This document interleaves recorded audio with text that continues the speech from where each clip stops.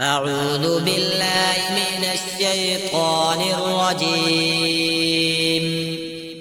بسم الله الرحمن الرحيم. يا أيها الذين آمنوا اركعوا واسجدوا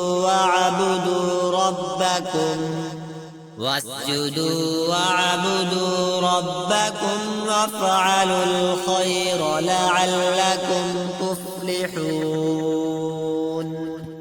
وجاهدوا في الله حق جهاده هو اجتباكم وما جعل عليكم في الدين من حرج ملة أبيكم إبراهيم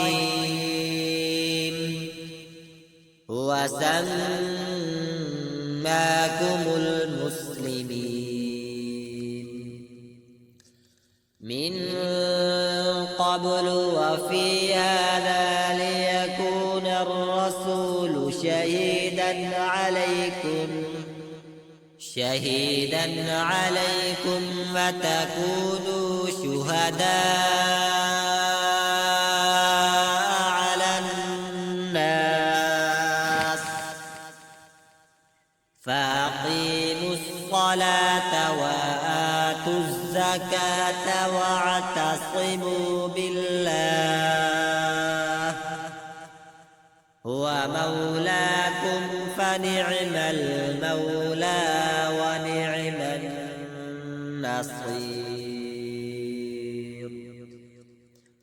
صدق الله العظيم.